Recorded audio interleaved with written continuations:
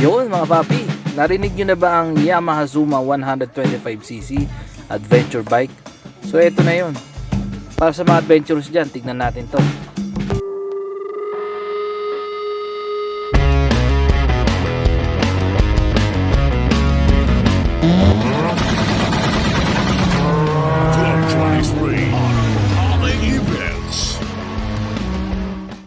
Ayun na nga mga papi, ang pinag-uusapan natin dito ay ang solid Yamaha 125cc adventure bike.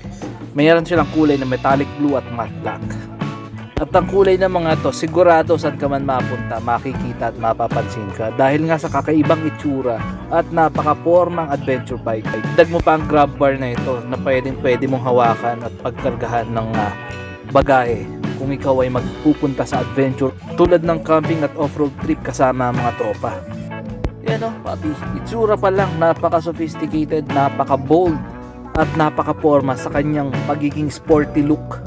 At ito pa mga papi, hindi lang siya basta maporma, kundi si Yamaha, inakma niya pa kung anong nararapat para sa scooter na to dahil nga siya sports and adventure bike. At ito pa mga papi, para sa mga Yamaha diehard users na hindi gumagamit ng ibang brand, ito nang hinihintay ninyo, nakatapat ng kabilang brand ng Honda ADV, mas mababang version nga lang na CC. At ito na nga, may pagka-futuristic ang design niya pagdating sa rear end at sa front end.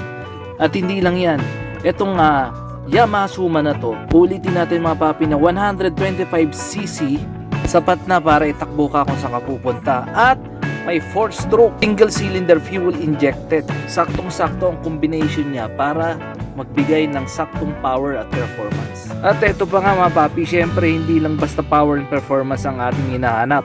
Naintindihan niya at nakita na kaagad ni Yamaha yan. So si Yamaha, naintindihan niya pagdating sa fuel consumption, syempre kailangan natin magtipid. 50 kilometers per liter of gasoline, biruin mo yun, napakatipid, malayo-layo na yung mararating. At ito pa, 6.1 liters ang kanyang fuel capacity, ibig sabihin malalim-lalim at marami kang gasolinang may kakarga bago ka uli mag-refuel. At ito pa mga papi, nakakabilib, dual wide sports tires, hindi mo na kailangan palakihin pa para sa urban jungle or off-road terrain, para sa stability ng iyong motorsiklo. Ito, wala ka nang hahanapin pa, hydraulic disc brakes, front and rear. Biruin mo yun, kinabit na nila lahat dyan para di ko na gumasos mag-modify at ikabit ng kung ano-ano sa iyong motorsiklo. Ito pa, projector headlight para sa mas malinaw at masarap na biyahe sa gabi. Ang problema lang natin mga papi, ito na, hindi natin alam kung ito pa'y darating sa Pilipinas at kung darating man ay kung kailan mga papi.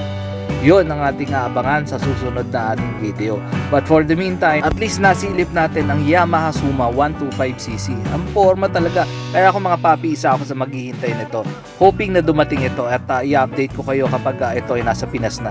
Malalaman natin yan. At yung presyo siguro around sa 125,000 pababa ito.